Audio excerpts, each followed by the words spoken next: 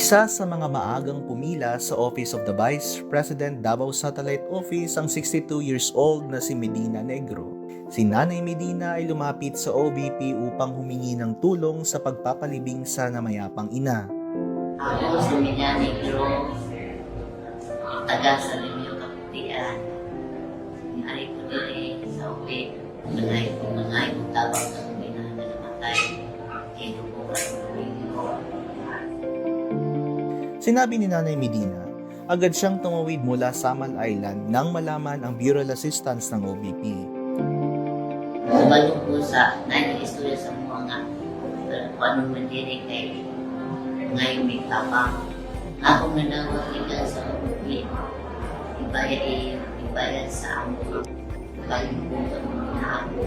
Ito sa direct sa tanyo.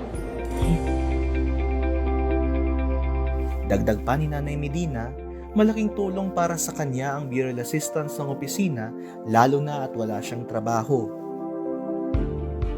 Lahat salamat sa pagping nag-aamay ang pinabang sa akin lahat. Ang Bureau Assistance ay maaaring i-avail sa Office of the Vice President Central Office at sa mga satellite offices. Maaaring bumisita sa mga tanggapang ito o sa OBP website upang makita ang mga kinakailangang requirements. Maraming salamat po.